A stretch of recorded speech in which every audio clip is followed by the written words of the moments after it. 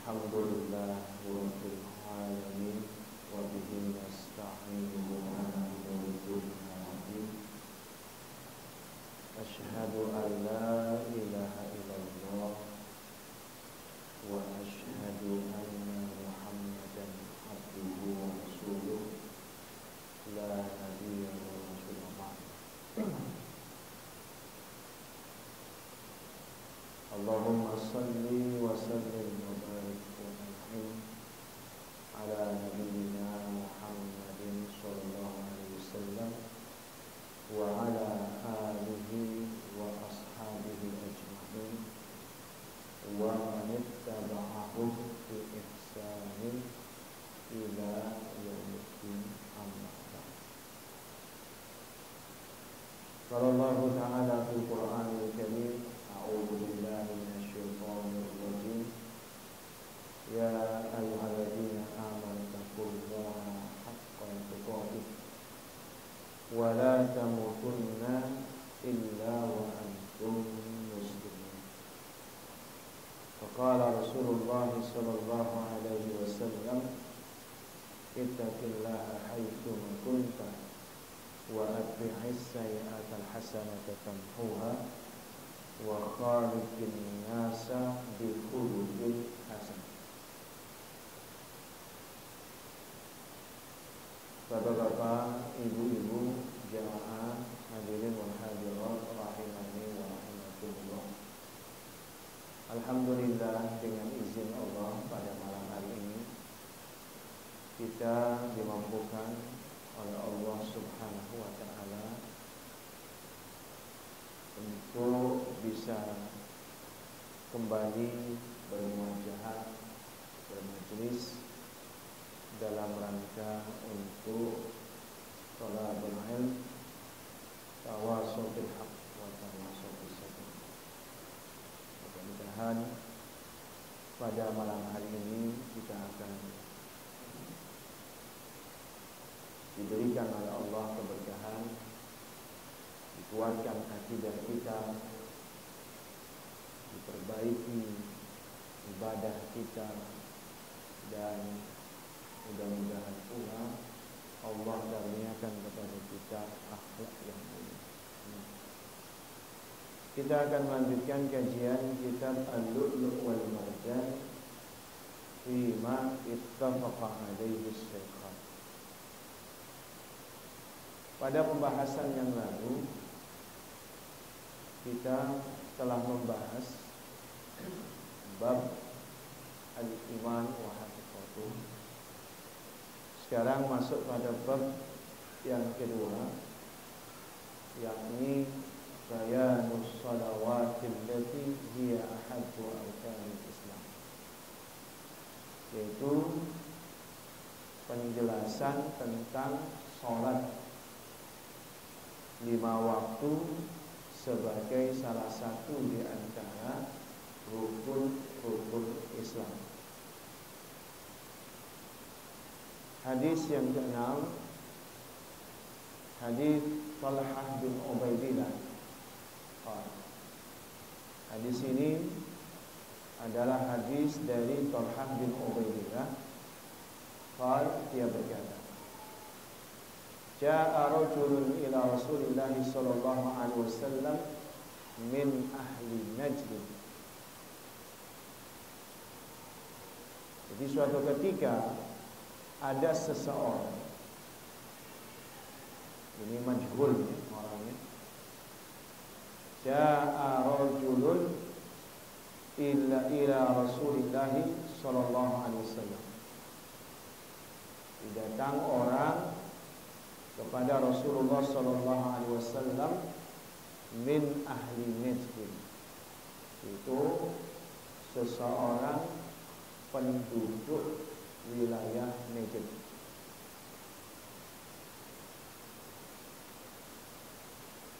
Sa'irur ra's, kondisinya itu sa'irur ra's, rambutnya acak-acak. Jadi ini orang rambutnya acak acak-acak. Karena kalau kita bicara wilayah Jaziratul Arab, memang untuk sekitar wilayah Najd, banyak di antara mereka yang memang secara peradaban itu lebih terbelakang daripada wilayah Hijaz, dan memang juga termasuk kasar. Maka di sini disebutkan zairul ras, rambutnya acak-acakan. Ya, kalau melakukan perjalanan dari Najd ke kota Madinah, maka ini bukan perjalanan yang mudah. Tentu melewati perjalanan padang pasir. Yang namanya perjalanan padang pasir, oleh-olehnya yang pasir. Tidak percaya, coba aja. Jadi kalau kita melewati suatu jalan pasir semua, ya oleh-olehnya pasir. Ada yang dari Lampung Tengah. Saya perjalanan misi wilayah sana, ya. Masya Allah, udah kayak pulang-pulang ya, oleh-olehnya pasir semua. Zairul ras, pokoknya rambutnya acak-acakan. Yusma'u dawiyu sautihi wa la yufqahu ma yaqul. Jadi udah rambutnya acak-acakan, yusma'u dawiyu sautihi. Jadi kalau ngomong itu suaranya keras tuh. Ini volumenya volume tinggi. Jadi yusma'u dawiyu sautihi. Jadi kalau ngomong suaranya keras.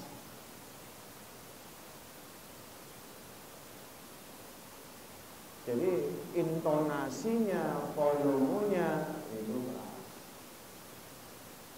Tapi biasanya kalau keras itu jelas.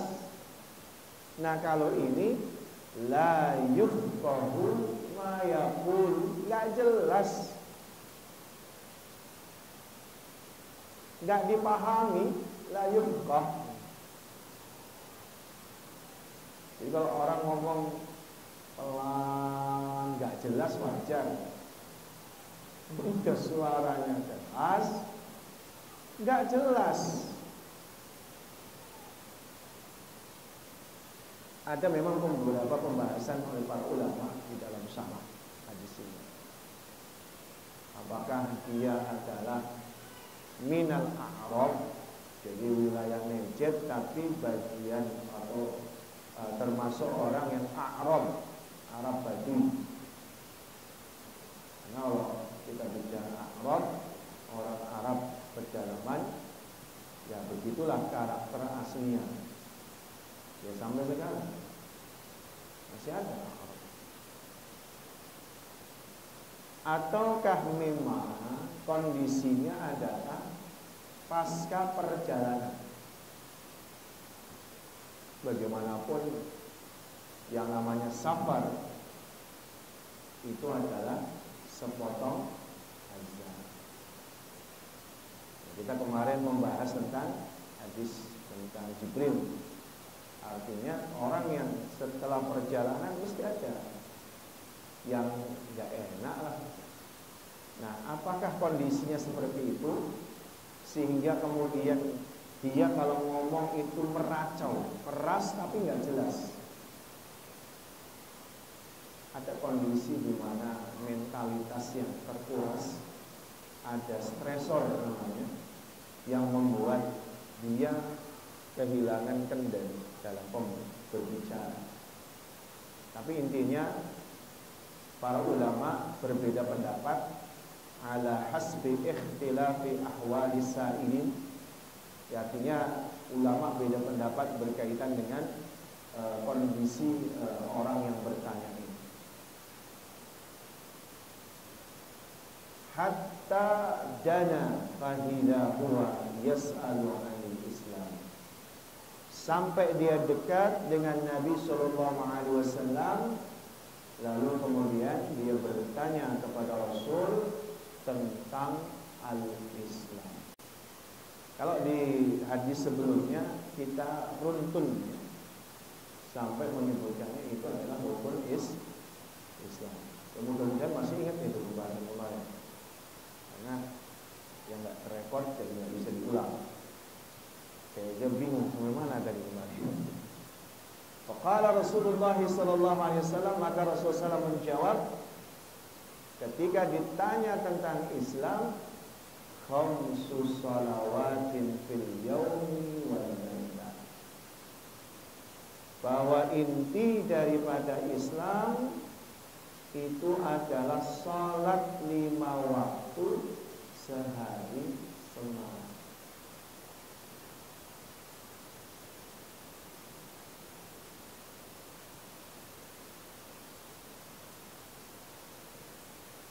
Faqal hal alayya ghairuha. Maka laki-laki itu bertanya, apakah ada lagi yang dibebankan kepadaku?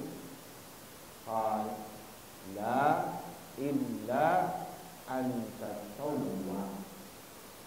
Maka Nabi bersabda, tidak ada kecuali perkara yang disunnahkan. Sampai di sini bahwa pembahasan hadis ini nanti secara rutin ya, Rasulullah SAW menyampaikan kepada seorang ini ya, bahwa ibadah yang syariah yang dikerjakan oleh seorang muslim itu nau'an, ada 2. Bahwa minal faridah, wahia minal faridah, ada yang memang dia hukumnya wajib ya, seperti tadi disebutkan sholat 5 waktu sehari semalam. Ini namanya faridah, itu hukumnya fardu yang wajib. Yajibu 'ala al-'abdi al-ityanu biha wa yuhtamu bi tarkiha. Yang secara kaidah ya, dalam usul bahwa yang namanya fardhu wajib bagi setiap hamba untuk menunaikannya dan dihukumi dosa apabila meninggalkannya. Itulah yang namanya wajib. Kalau kita sampaikan bahwasanya maksiat khilafut ta'at, maksiat itu lawan dari kata,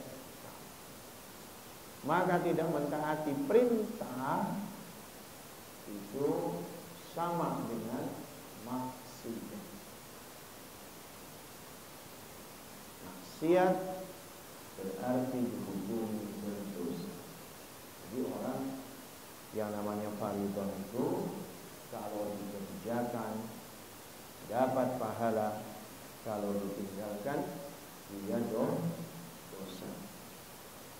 Kemudian an-naw'u tsani yang berikutnya adalah nawafil atau nafilah, yaitu adalah yang hukumnya sunnah. Yustahabbu lil 'abdi al-ityanu biha wa la yu'tamu bi tarkiha. Jadi kalau yang namanya nafilah diharapkan ya, artinya mustahab, bagus bagi seorang hamba yang mengerjakannya, dia mendapatkan pahala, tetapi tidak dihukumi dosa bila meninggalkan sunnah.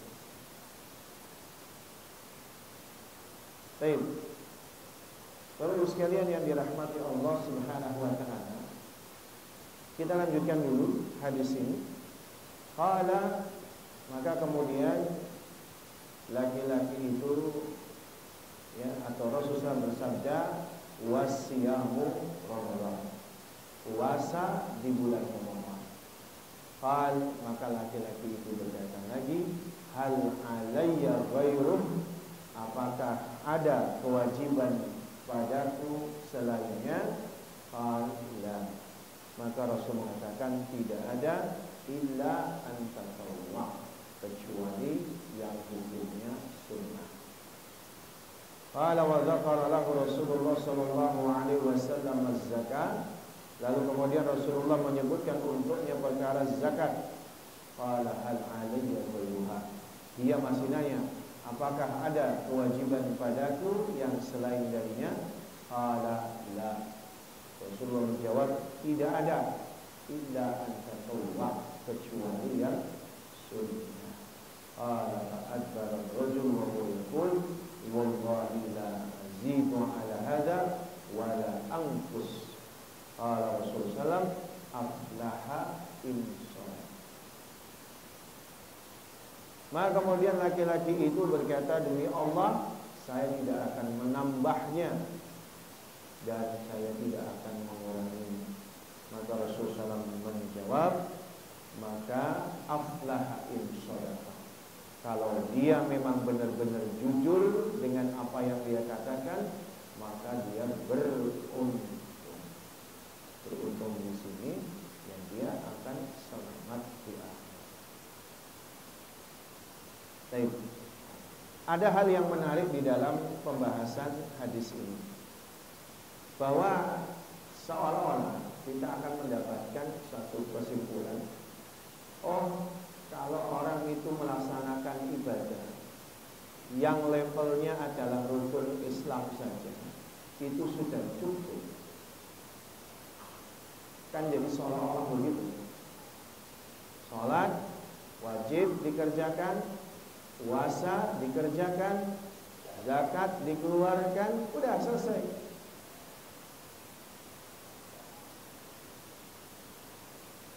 Terus ada pertanyaan kan, rukun Islam belum sempurna itu. Lalu hajinya di mana? Rasul nggak menyebutkan haji di sini. Nah, disinilah para ulama membahas bahwa kata para ulama, memang di sini tidak disebutkan tentang haji. Padahal Allah Ta'ala berfirman di dalam Al-Quran, wa atimmul hajja wal umrata lillah, dan sempurnakanlah haji dan umrah, diperuntukkan untuk Allah Subhanahu wa ta'ala. Berarti bahwa seorang yang dia tidak mau mendirikan pergi ke Baitullah,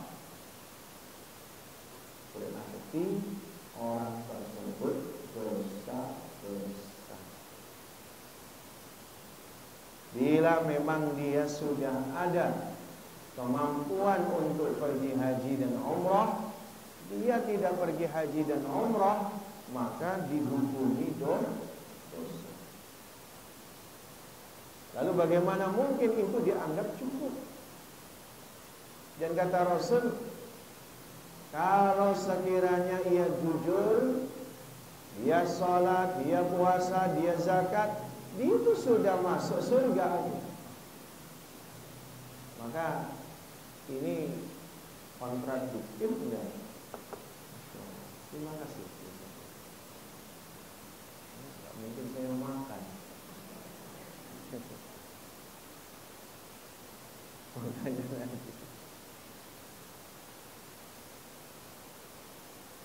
Nah, maka pembahasannya, apakah kemudian Nabi SAW melupakan tentang haji? Tidak juga. Jadi haji wajib bagi orang yang mampu apa punya jalan. Mampu, kalimatnya ini istaqa'ta ilaihi sabila, mampu atau punya jalan. Istitoah di sini tidak melulu kemampuan finansial, walaupun memang kemampuan yang identik adalah persoalan finansial. Bagaimanapun haji dari Indonesia ke sana tidak sedikit biayanya.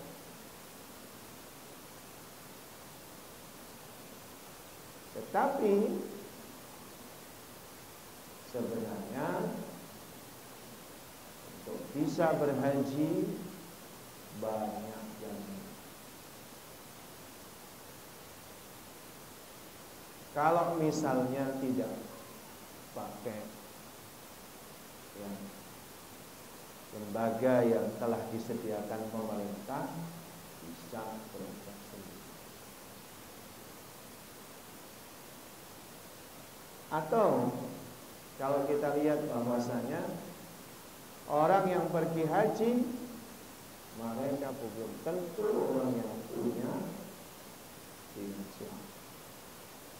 Ada orang yang memang Allah berikan kesempatan, bahkan ada orang yang menggantikan posisi orang berangkat padahal belum mampu secara kuat, tapi ada yang menjamin.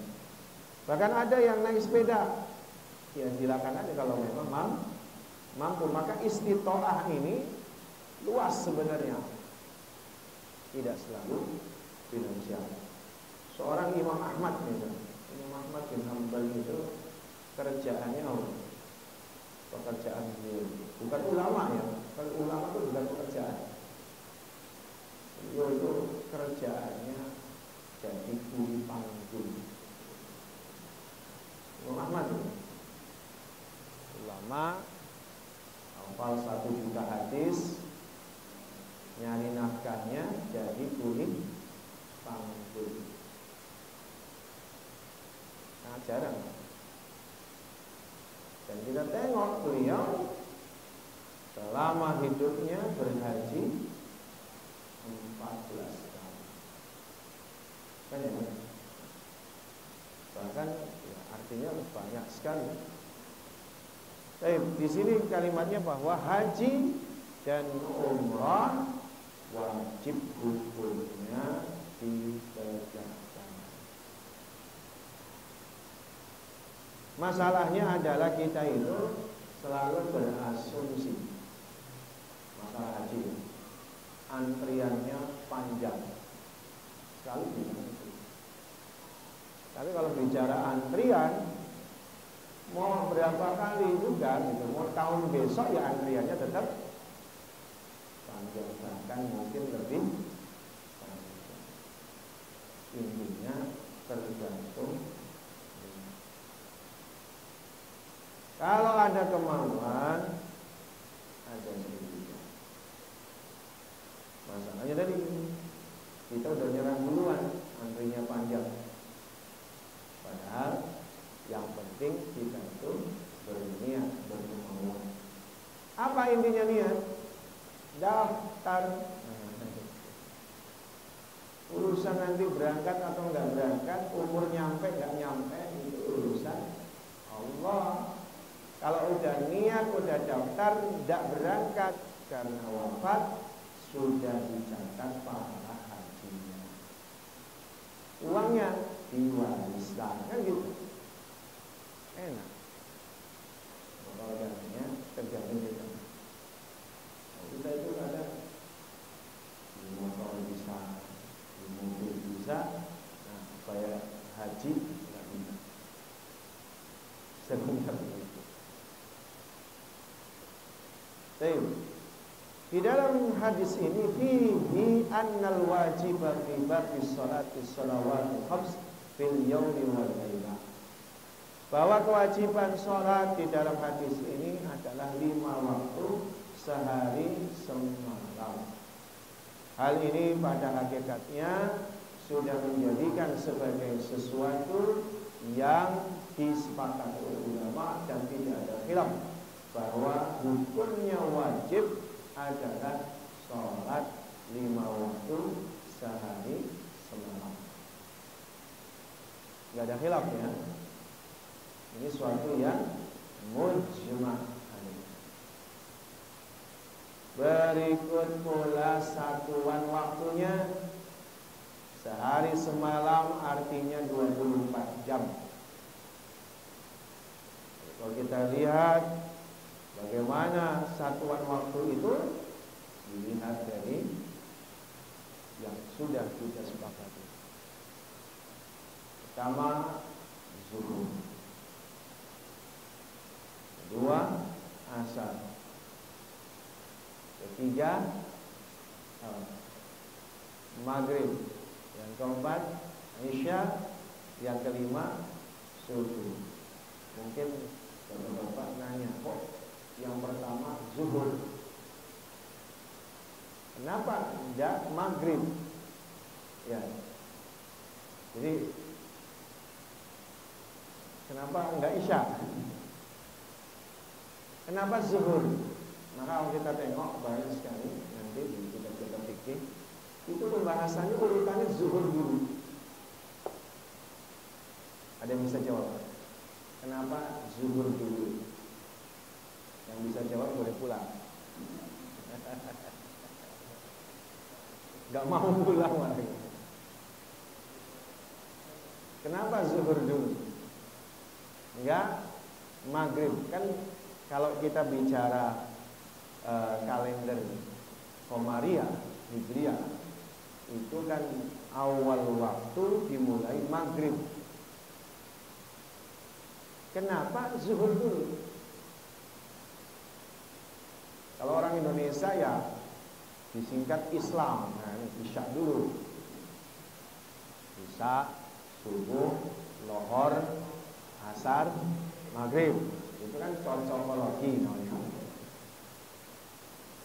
Tapi ini kalau berdasarkan para fuqaha, itu mesti zuhur dulu. Sejarahnya bagaimana? Sejarahnya ketika pulang Mi'raj, Nabi bawa oleh-oleh, sholat 5 waktu sehari semalam, itu kan nyampainya subuh.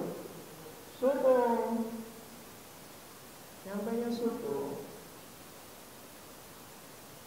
Dan pada saat itu belum dilaksanakan karena belum ada keterangan waktunya. Selesai Nabi SAW sudah nyampe di kota Mekah, keesokan harinya baru malaikat Jibril datang ngasih tahu waktu-waktunya. Maka sholat yang pertama dikerjakan memang zuhur. Itu jawabannya. Jadi bukan isya dulu, zuhur dulu. Artinya memang kenapa juga dipertahankan sebagian fuqaha itu, karena memang untuk ya tadi melestarikan kronologisnya. Jadi ada prasastinya, monumennya, bahwa kenapa zuhur dulu mereka buat, karena memang pertama kali sholat 5 waktu sehari semalam yang dikerjakan oleh Rasul, sholat zuhur dulu.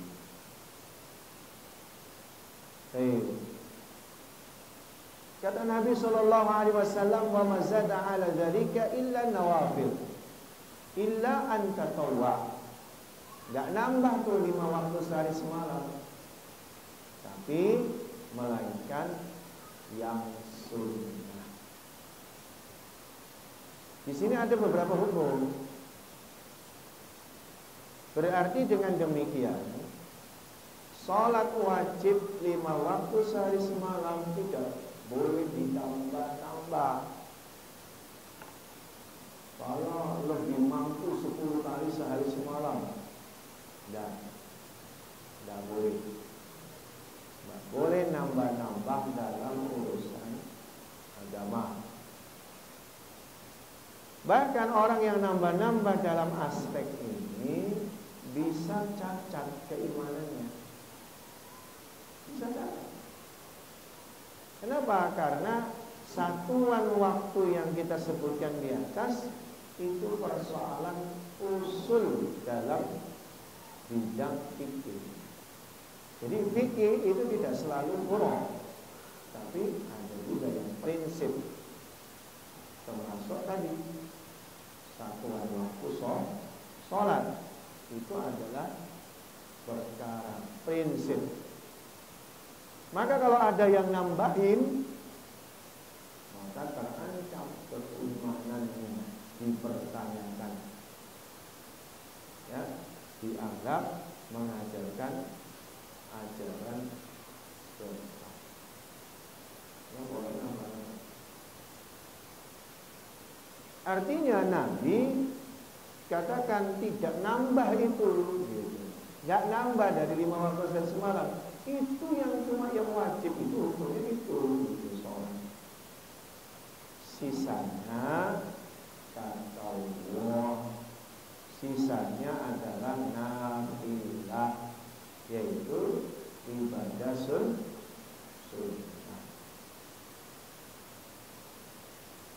Artinya apabila ada seorang hamba ingin mendekatkan dirinya kepada Allah Subhanahu wa ta'ala, maka hendaknya memperbanyak ibadah sunnah.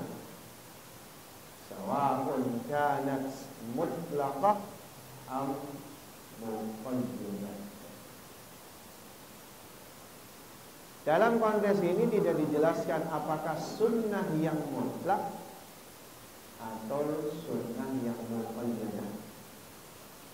Sunnah muqayyadah itu yang ada ketentuannya, jumlah rakaatnya, tata caranya. Contoh kalau muqayyadah itu kasolat, tahajud, kasolat, witri, duha, ini namanya muqayyadah. Atau salatul istisqa, ini muqayyadah. Salatul Aidain, salat 2 hari raya, ini juga muqayyadah. Muqayyadah itu artinya terikat, sesuatu yang sudah ditentukan waktunya, rakaatnya, ya, keutamaannya sudah ada. Adapun yang mutlaqah ini nggak ada ketentuan. Dan mustahab seorang hamba memperbanyak ibadah salat yang mutlaqah. Jadi selain dari sunnah tadi dikerjakan mutlaqahnya. Kalau dari wajib dan sunnah yang dikerjakan oleh Rasul dianjurkan secara kuat, ya, itu sehari semalam berapa rakaat? 40 rakaat. Salat wajib 17 rakaat. Salat rawatib, sunnah rawatib 12 rakaat. Kedua 9. Qiyamul lail dan witir, ya, tahajud dan witir 11 rakaat, jadi 40. Adapun persoalan duha, Rasul tidak melazimi setiap hari, tetapi dianjurkan pula ditambah. Kita mulai dari sunnah ya. Terus tambah berapa? Sunnah duha. Duha itu bagusnya 2 kali. Duha di waktu godda. Godda itu jadi duha pertengahan. Lalu duha paling utama, paling puncak.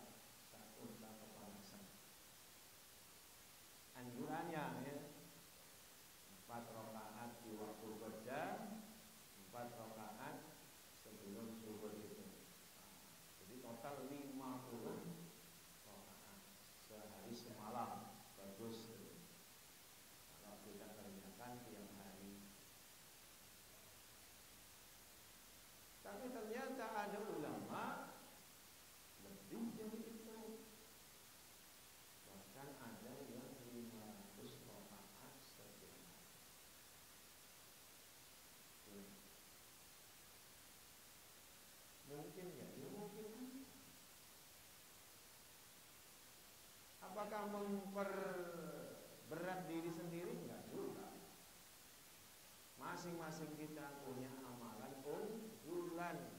Ya. Ada yang memang amalan unggulannya sholat. Ya. Ada nggak yang amalan unggulannya puasa? Itu ada. Beda-beda. Bahkan seperti Abdullah bin Mas'ud radhiyallahu anhu, beliau itu mengatakan, ini dinukilkan oleh Imam Ibnu Qudamah, beliau memilih sholat daripada puasa. Beliau katakan, saya sedikit puasa supaya saya banyak sholat. Karena pilihan. Kalau rajin puasa, ya sholatnya juga belum tentu kuat. Kita pending dulu ya. Nanti kita lanjutkan ba'da insyaallah. Qul qouli hadza sallallahu alaihi kita ini waktu dan tempat anak ini. Assalamualaikum warahmatullahi wabarakatuh.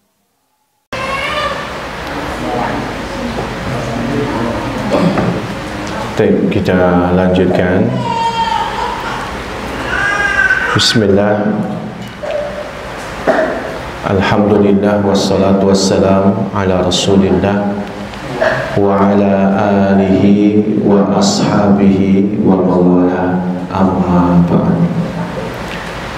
Bapak-bapak, ibu-ibu, jemaah kajian Markas Dakwah yang dirahmati Allah, kita melanjutkan pembahasan kita sedikit lagi, bahwa masing-masing di antara kita akan dimudahkan oleh Allah untuk melakukan amalan yang boleh dikatakan amalan unggulan kita. Jadi ada yang memang kita dominan sholat, ada di antara kita yang dominan puasa, ada yang barangkali sedekahnya. Jadi artinya kita ini akan dimudahkan oleh Allah melakukan amalan sesuatu yang memang menjadi mudah bagi kita. Makanya ketika kita dimudahkan Allah untuk beramal, pertahankan. Itu jadi amal unggulan kita.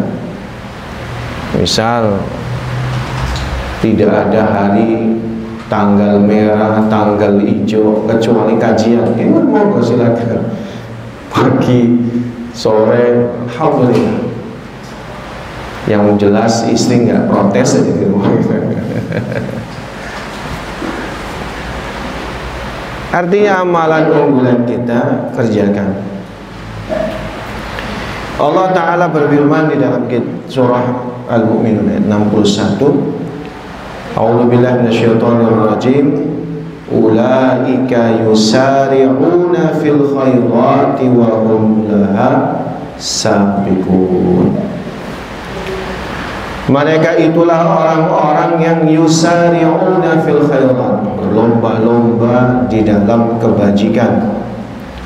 Wa hum laha sabiqun, dan mereka itulah orang yang terdahulu melakukan amal soleh kebajikan tersebut.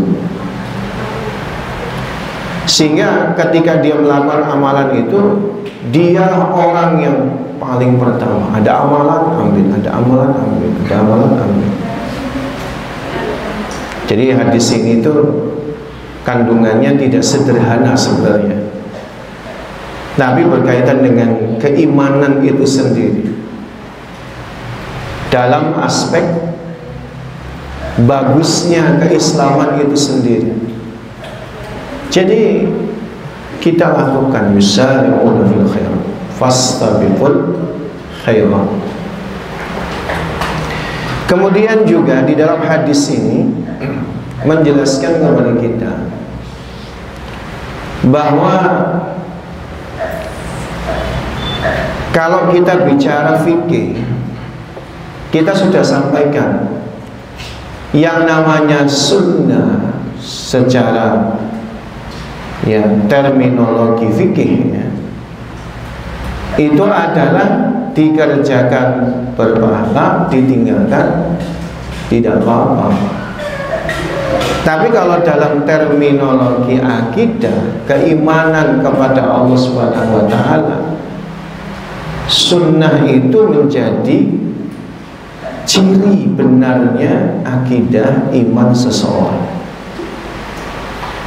Allah Ta'ala berfirman, a'udzubillahi minasyaitonir rajim, qul in kuntum tuhibbunallaha fattabi'uni yuhibbukumullah wa yaghfir lakum dzunubakum. Qul, katakanlah, in kuntum tuhibbunallah, jikalau kamu benar-benar cinta sama Allah, fattabi'uni, maka ikutilah sunnah-sunnahku. Sunnah-sunnahku di sini menyangkut kaifiyah, thariqah, cara dalam melaksanakan suatu amalan, plus juga termasuk diantaranya awamil ataupun amalan amal, yaitu amal ibadah yang dikerjakan oleh Rasulullah SAW yang hukumnya adalah sunnah. Makanya di dalam hadis qudsi itu ada satu keterangan bahwa Allah berfirman, mazala abdi, ini ada hambaku ya, ia taqarrabuni, yang dia mendekatkan pada diriku, mendekati diriku tiada henti-hentinya, bin nawafil, dengan amalan-amalan sunnah.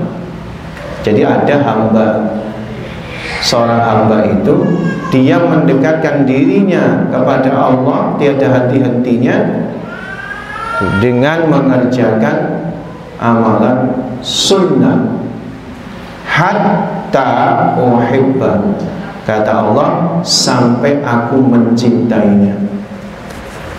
Jadi kalau dari sudut pandang ini, bahwa memang dalam terminologi fikih sunnah tingkatannya di bawah fardhu.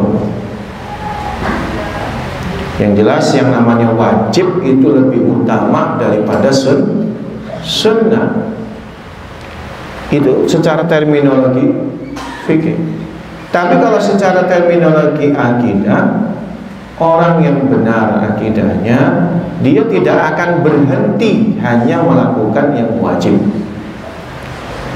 Dia tergerak karena imannya kepada Allah, karena cintanya kepada Allah, dia melaksanakan yang sunnah. Makanya selain memang amalan sunnah itu memagari amalan-amalan wajib kita, tapi sebenarnya kalau bicara tanda cintanya kita kepada Allah itu dilihat dari seberapa gigih kita melaksanakan ibadah sunnah. Bagaimana cara berpikirnya? Cara berpikirnya begini, ada orang itu kalau mengerjakan yang wajib, levelnya hanya di situ, itu seringkali levelnya menggugurkan kewajiban saja. Yang penting nggak dihukum. Ini kan level keimanan yang rendah sebenarnya. Yang penting nggak dosa. Tapi kalau yang level imannya lebih baik, yang mendekati kesempurnaan iman, ya dia merasakan yang namanya dzauq, yang merasakan namanya nikmat ibadah, merasakan ta'mul iman gitu kan. Maka dia akan melaksanakan yang sunnah. Ya, itulah tadi makanya orang yang benar-benar cinta sama Allah, dia akan banyak melaksanakan ibadah yang sunnah. Bapak-bapak, ibu saudara-saudariku yang dirahmati Allah, begitu pula tentang zakat di dalam hadis ini. Zakat itu adalah sedekah wajibah. Jadi sedekah itu dibagi menjadi dua. Kita itu sering kenal ada istilah sedekah, ada istilah infak, ada istilah zakat. Nah itu. Apa bedanya? Kadang kalau yang fundraising itu semuanya masuk, zakat, infak, sodakoh. Ini sebenarnya istilahnya gimana sih gitu ya? Sebenarnya kalau dari sisi harta ya, ini berkaitan dengan mengeluarkan uang. Infak itu lebih umum daripada sodakoh. Kalimat infak itu anfaqo, itu artinya mengeluarkan uang. Jadi secara spesifik itu, secara umum ya maaf, itu artinya mengeluarkan uang. Makanya istilah infak itu lebih umum. Buktinya juga orang kafir itu berinfak. Innal ladzina kafaru, sesungguhnya orang-orang kafir itu yunfiquna amwalahum, mereka itu menginfakkan harta mereka liyasuddu as-sabilillah, untuk mencegah, menghalang-halangi dari jalan Allah. Makanya orang kafir itu infak. Maka orang kafir nggak boleh sebenarnya ngambil istilah sedekah. Kalau mau ngambil infak silakan. Jadi infak itu boleh orang mukmin, boleh orang kafir. Nah, infaknya orang mukmin disebut sedekah gitu. Jadi sedekah lebih khusus. Jadi nggak ada istilah orang kafir sedekah dalam terminologi Islam, nggak ada. Sedekah itu hanya untuk orang beriman. Maka istilah sedekah mesti dikaitkan dengan iman. Nah, sedekah ada yang wajib, ada yang sunnah. Sedekah yang wajib salah satunya adalah zakat. Makanya di dalam surah Al-Maidah itu perintah zakat dikategorikan sedekah. Khudh min amwalihim shadaqatan tutahhiruhum wa tuzakkihim biha. Maka karenanya khudh, ambillah dari harta mereka sedekah. Sedekah di sini maksudnya adalah zakat. Sedekah wajib. Ya. Tapi kata Rasul, illa anta tawwa, ada yang sunnah. Apa bedanya sedekah wajib dengan sedekah sunnah? Kalau sedekah wajib itu syarat-syaratnya tertentu. Kemudian jumlahnya yang dikeluarkan tertentu. Sasarannya tertentu. Nah, itu bedanya. Kalau sedekah sunnah bebas, tidak ada syarat. Tidak ada nisab, tidak ada haul, bebas orang mau sedekah. Kata Rasul, sedekahlah dirham dinar kalian, sedekahlah makanan, sedekahlah pakaian. Bahkan kalimatnya walau bisyikit tamrah, boleh sedekah itu dengan separuh biji kurma. Kalau tidak punya makanan sama sekali, kullu sulama minan nasi sedekah. Semua persendian kita ada sedekah. Terakhir kalimatnya adalah laki-laki ini yaqul wallahi la azidu ala hadza wa la anqus, demi Allah saya enggak nambah. Yang ditanyakan itu salat, puasa, zakat, dia katakan wallahi enggak saya tambah dan saya tidak kurangi. Kala Rasulullah SAW, aflaha in sadaqah. Kalau dia memang jujur, konsekuen dengan apa yang diucapkan, maka dia beruntung. Apa keberuntungan itu? Faman zuhziha 'anil nar wa udkhilal jannata faqad faz. Jadi orang yang beruntung adalah orang yang dia selamat dari neraka dan dimasukkan ke dalam surga.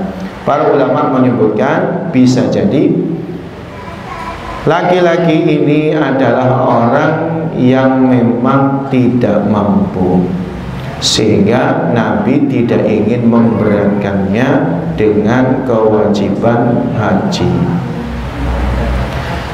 Dan ini juga salah satu di antaranya bahwa berkaitan menghalalkan apa yang Allah halalkan dan Allah mengharamkan apa yang Allah haramkan.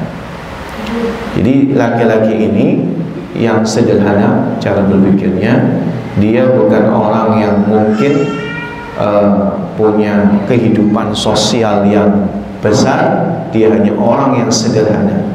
Maka bagi orang yang sederhana ada ranahnya di situ. Ketika ranahnya di situ, bisa saja masuk surga. Jangankan itu semua ya. Bagi orang tertentu, dia sekedar sholat aja wajib, asal nggak tinggalkan, dia bisa saja masuk surga. Intinya selama tidak menghalalkan apa yang Allah haramkan dan tidak mengharamkan apa yang Allah halalkan. Wallahu a'lam bishawab. Ya, satu hadis ya. Masa gitu. Masya Allah. Kalau sama sarahnya begitu, satu hadis gak apa-apa. Ada yang mau didiskusikan? Apa sudah cukup? Karena makanannya udah habis. Oke, silakan Pak Haji. Assalamualaikum warahmatullahi wabarakatuh. Waalaikumsalam warahmatullahi wabarakatuh. Di lingkungan saya itu dekat perumahan orang-orang China. Oh, Chinese. Nah, boleh nggak kita nerima infaknya orang kafir? Boleh. Nabi SAW ketika perang Badar, perang Uhud itu masih juga menerima infaknya orang-orang Yahudi, orang-orang kafir, orang musyrik dengan satu alasan ya, masih dalam kawasan yang sama, yaitu Madinah. Kan memang mereka tetap sama-sama tinggal di Madinah. Maka isi perjanjian di dalam piagam Madinah itu kan bahwa orang-orang yang tinggal di Madinah ketika ada musuh maka bersatu melawan musuh bersama gitu. Makanya sampai perang Uhud Pak, itu Nabi masih menerima orang-orang Yahudi baik tenaganya maupun hartanya ya, masih menerima. Jadi secara umum sebenarnya secara syariat boleh, dengan syarat. Kenapa setelah perang Uhud Nabi nggak terima? Karena ada alasannya. Orang Yahudi memberi dalam rangka untuk merendahkan orang mukmin. Kedua, dengan tujuan untuk mengotori mukmin karena harta yang kotor. Maka intinya syaratnya adalah tidak ada misi, tidak mengurangi harga diri muslim, dan dia tidak ada misi untuk menekan kaum muslim. Selama itu nggak ada, nggak apa-apa, terima. Cuman kalau untuk bangun masjid, hal-hal yang ma'ruf, nah kita alokasikan yang muslim dulu lah ya, yang diutamakan. Kalau misalnya masih ada infaknya, bikin yang untuk sarana-sarana umum aja, itu yang lebih baik. Wallahu a'lam bishawab. Di kitab ini ada pembahasan tentang qada, tapi sabar, itu bab yang ada pembahasan di kitab ini. Cuman nggak apa-apa, kita keluarkan dulu. Nggak apa-apa. Wala ba'sa bih. Barakallahu fiik. Udah lupa. Udah lupa. Pembahasan ini memang selalu ada ikhtilaf. Selalu ada ikhtilaf. Qada sholat dinamakan qada itu kan mengganti. Apa syarat qada itu? Tidak maksiat. Bisa ada orang maksiat karena dia nonton konser, sholat isyanya ditunda. Selesai konser dia sholat, tidak boleh, itu dosa gitu. Makanya sebenarnya gini, meninggalkan sholat itu jenis maksiat yang paling besar. Maka sebenarnya kalau kita bicarakan tata cara qada yang ada dan telah dicontohkan Rasul dan para sahabat, tidak ada. Sholat zuhur barengi dengan 4 rakaat zuhur ganti yang lama, yang nggak jelas jumlahnya berapa. Kenapa? Karena itu satu kita nggak tahu jumlahnya juga, dan itu nggak ada tuntunannya gitu. Maka yang bagus ya taubat nasuha, taubat nasuha, berharap kepada Allah Subhanahu wa taala mengampuni dosa. Konsekuensinya apa taubatnya? Perbanyak sunnah. Jadi justru yang diperbanyak sunnahnya untuk mengganti yang lalu-lalu. Prinsipnya ittaqillaha haitsu ma kunta wabi'is sayyi'atal hasanata tamhuha. Kata Syekh Utsaimin, kalau kau tinggalkan sholat wajib atau yang sudah lampau gitu, itu anjurannya perbanyak sholat sunnah, diperbanyak untuk mengganti yang lalu. Kenapa? Untuk ngapusin yang lalu. Jadi kuncinya sebenarnya kalau dalam hemat anak ya, yang jelas ada contohnya itu adalah taubat nasuha. Sholat ditinggalkan itu dosa besar. Bainal mu'min wal kufri tarkus shalah. Kecuali ya karena nggak sengaja gitu, ketiduran. Maka tata caranya gimana? Ganti saat dia ingat. Lupa bisa saja, karena lupa itu uzur. Maka kalau kita lupa sholat, segera ganti qada sholatnya ketika ingat. Cuma kalau lupa terus masalah, sengaja gitu. Tidur terus bahaya kan gitu. Makanya katanya itulah syariat memudahkan. Kemudian alasan berikutnya, ini juga supaya tidak memudahkan meninggalkannya. Dikit-dikit tinggalkan, nanti gampang bisa itu.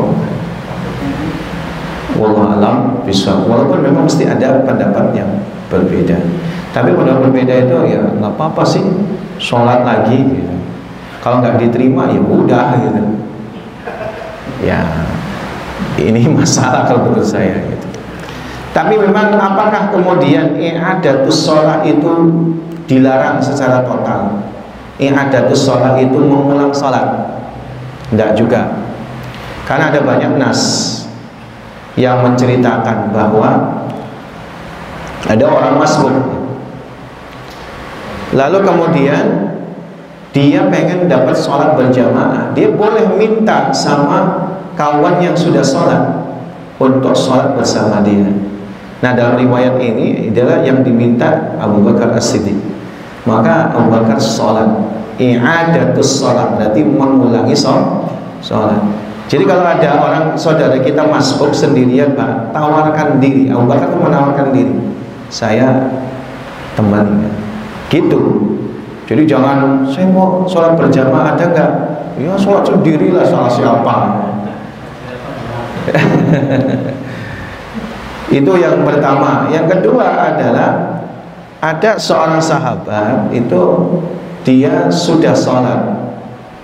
Jadi nanti di pembahasan kitab Lu'lu'ul Marjan ini juga ada saatnya Rasul itu menunda sholat isya sampai para sahabat itu sudah tidur gitu. Jadi Rasul sengaja tunda waktu sholat isya. Ada sebab, tidak ada sebab. Ada kadang lagi repot, ada. Tapi kadang memang Rasul sengaja menundanya untuk ngasih tahu. Nah, ceritanya di Masjid Nabawi itu sholatnya ditunda, tapi di Masjid Kuba nggak ditunda sholatnya, jalan seperti biasa. Artinya masjidnya kaum, jaraknya pokoknya kalau sudah lewat 20 km maka dia tidak perlu ke Masjid Nabawi.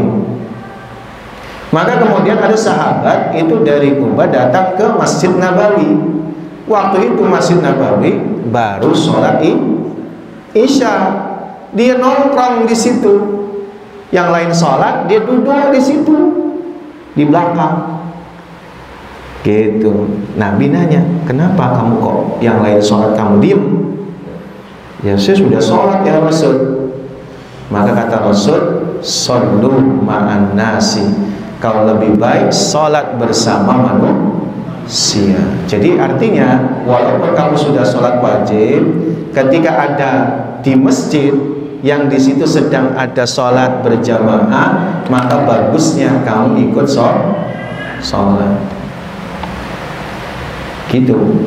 Makanya itu juga salah satu landasan kita safar. Itu kan mestinya qashar kan.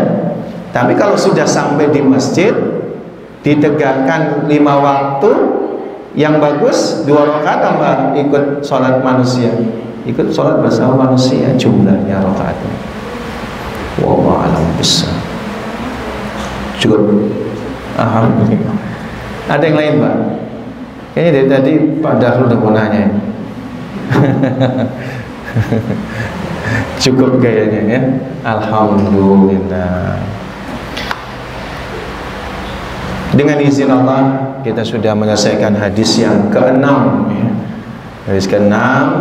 Mudah-mudahan nanti beberapa pertemuan yang akan datang ada hadis berikutnya dan ada faidah-faidah yang besar ya di dalam pembahasan hadis-hadis yang luar biasa ini.